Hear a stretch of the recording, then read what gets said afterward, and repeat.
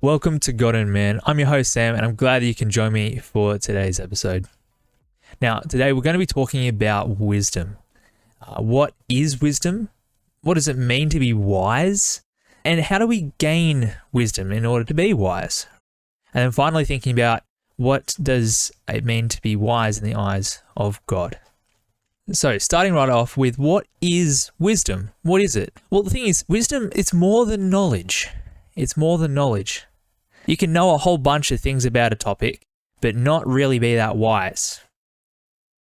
You can think of some of the smartest people you know can make some of the dumbest decisions you've ever seen. Why is that? Well, knowledge itself isn't what makes one wise. It's the application of knowledge. The application of knowledge makes one wise. Applying knowledge in the right way, in the right circumstances, that is wisdom. That is wisdom. This episode in particular is going to be focused more on the way of your life, your lifestyle, your outset on life, your worldview in a sense. How wisdom is related to that in particular is what I want to think about. So then, what does it mean to be wise? Well, I've identified two things I want to talk about, and the first of that is knowledge of the past.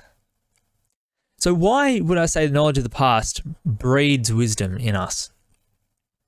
Well, I think a knowledge of the past allows you to think about how this affects the current situation and the future. So I've been listening to a history podcast that I'll mention later. I think it's very helpful in thinking about all of this. And he quotes someone who said this: history doesn't repeat itself, but it rhymes. History rhymes. The wise have knowledge of history, and they pay attention, they give ear to when it starts to rhyme. Being able to hear things happening in the world, that's a metaphorical sense, right? Hearing what happens. You see events in the past and what triggered them, what caused things to happen. And then you look at current events and you see common rhymes. So Jesus, he said that there will always be wars and rumors of wars till the day he returns. So there's this sense of, you can tell when it's going to come. It's the rhythm of the world, unfortunately. And there's many rhythms of this world, and that's one of them. And so having a knowledge of those past events allows you to recognize when they start to rhyme in the present. And God's people, they were always meant to learn history, actually. So in Deuteronomy 6, they're told to teach the saving acts of God to their children and to their children, every generation, to be taught the history of God's people and the history of their failures. And so we should learn what our failures have been throughout history and listen to those rhymes and start to recognize when we hear them starting to rhyme. So the other thing I've identified here is experience. And I feel like this is one everyone equates with wisdom all the time. You've experienced a whole lot of things in life, then you're wise. So it's about those circumstances in life that you've learnt lessons from. And so usually older people are considered wise because they've lived more circumstances. They've lived out different things. They've made a lot of mistakes and they've learnt from them, right? So Proverbs 16 verse 31 says, "Grey hair is a crown of splendor. It is attained in the way of righteousness." Right? Like grey hair being old, it's a crown of wisdom in a sense, having grey hair. But the thing is, it's not necessarily true that old people are wise. It's not necessarily true, right? If they didn't learn from their mistakes, they haven't gotten any wiser. So to get wiser from lived experiences, you need to have made mistakes and have learnt from them, to not repeat them. So that's tied into that idea of learning history, in that you see rhymes in history and don't repeat them. And so the same with your own life and your own lived experiences. If you go through a lived experience and you just repeat the same mistake, it shows you didn't learn. You haven't gotten any wiser. So how do we gain wisdom then? You might have already started to notice this, but we need to engage with history. We need to learn it, read it, listen to it, watch it. You don't have to know it off by heart, date for dates, like you might need to learn it at uni or at school. You don't need to do that. But, listen to a podcast, reading books, things like that. So the podcast I listen to at the moment is called Tides of History. It's a really great podcast. The guy does his research, he thinks hard, he recommends books that you can read. So if you'd like to read some of the books, it's a great idea as well. So engage with history, learn history. And then the other one is gain experience, get experience. So put your hand up for things that you haven't done before, you haven't tried before, but you could probably have a go at. And you need to be willing and ready to make mistakes. You need to be willing and ready to make mistakes. If you aren't, you'll never gain any experience. You'll never become any wiser. Because you need to make mistakes. And you need to learn from them. That's the biggest thing. Like, we can all make mistakes. We're all pretty good at getting things wrong. But when you do, you need to learn from them. So that requires an element of self-reflection.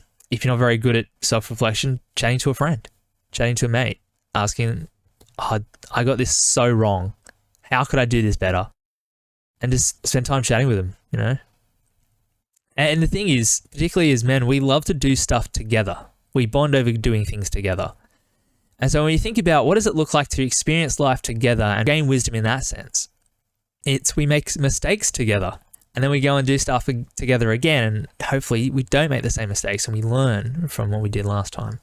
So there's many other ways I'm sure you can gain wisdom, but I think these are two of the primary ways that if you'd like to be a little bit wiser in life, you should exercise these two things. Engage with history, learn history, and just get experience. The third one I'd add to that would be not to try to get wisdom beyond your years, in that you can be wiser at a younger age, but at the same time, I think that proverb that I mentioned earlier, Proverb 16, it shows there is a correlation between age and wisdom. The trying to seek and have wisdom beyond your years may be a task that's not obtainable, maybe not entirely. And so I think there's a level of being realistic about how wise you can be. And in knowing yourself and knowing that you're only in your 30s, you're not in your 60s, or you're only 18, you're not in your 30s, right? Like, you kind of stay in your lane a little bit, to put it one way. But at the same time, don't put yourself down and think, I'm only, this old, like, I'm just a bit silly. No, like, you can be wise. And there's wisdom in being humble in that sense. And I think the idea of being humble and wise are quite closely linked. And we'll see this in this last section I want to talk about, which is wisdom according to God. So what does it mean to be wise in the eyes of God? Well, fear of God is wisdom. Actually, fear of God is the beginning of wisdom. Anyone who wants to be wise must fear God. Anyone who wants to be wise must fear God. See, this is what it says in Proverbs verse 9.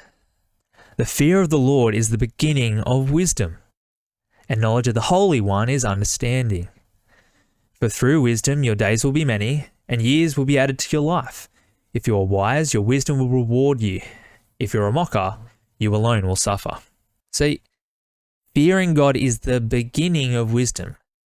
Anyone who wants to be wise, who truly wants to be wise, they must fear God.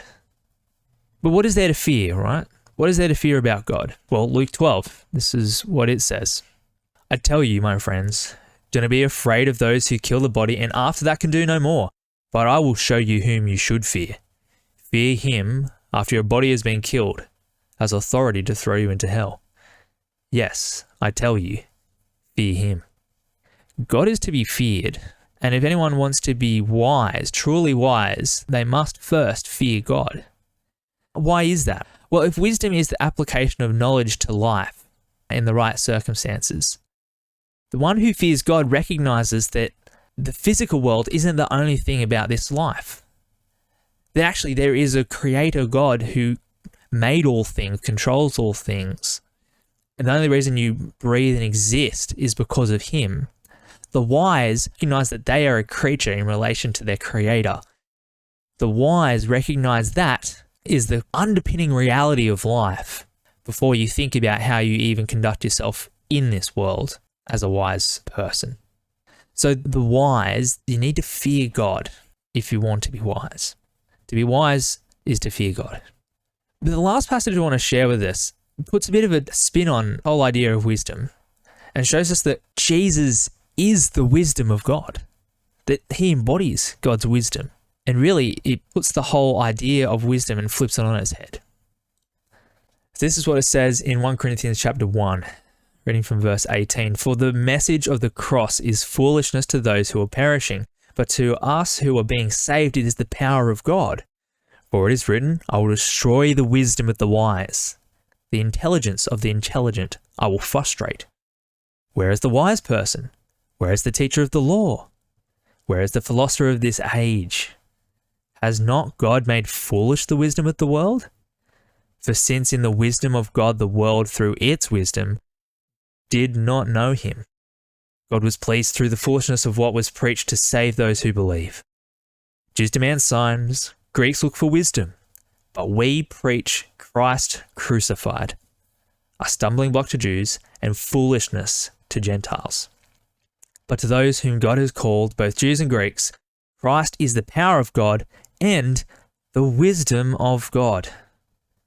For the foolishness of God is wiser than human wisdom, and the weakness of God is stronger than human strength. See, Jesus is the wisdom of God, which flips the entire idea of wisdom on its head, because what Christians preach is Jesus crucified. We preach someone as our king who died on a cross, who was put to shame. Now, that's not the entire story, right? He rose to life. He didn't stay dead. That's why it's not foolish. Paul says if Jesus didn't rise from the dead, I think later in 1 Corinthians, he says if he didn't rise from the dead, then yes, it would be foolish. It'd be the silliest thing ever. We should be mocked of all people. But interestingly, he focuses here in on the cross. The idea that God would become man, bear the sin of the world, and die just sounds foolish. It just sounds silly. But anyone who recognizes that God is to be feared above anyone else, that there is a current underpinning reality to the world, that God is creator and you are a creature, once you understand that and recognize that, you started to become wise. So what is the climax of wisdom? The beginning is fearing God. What's the climax? It's recognizing Jesus as the crucified king. Once you recognize Jesus as the crucified king, you have reached the pinnacle of wisdom. And that means that wisdom is not just something available for the high and lofty and rich and powerful. It's available just to the lowly, to the slave back in the day, right? To the homeless now, to the poor, to the seemingly unintelligent. Wisdom is available. All people can fear God, and all people can receive Jesus as the crucified king. Well, thanks for listening. That brings us to an end to this 5th episode.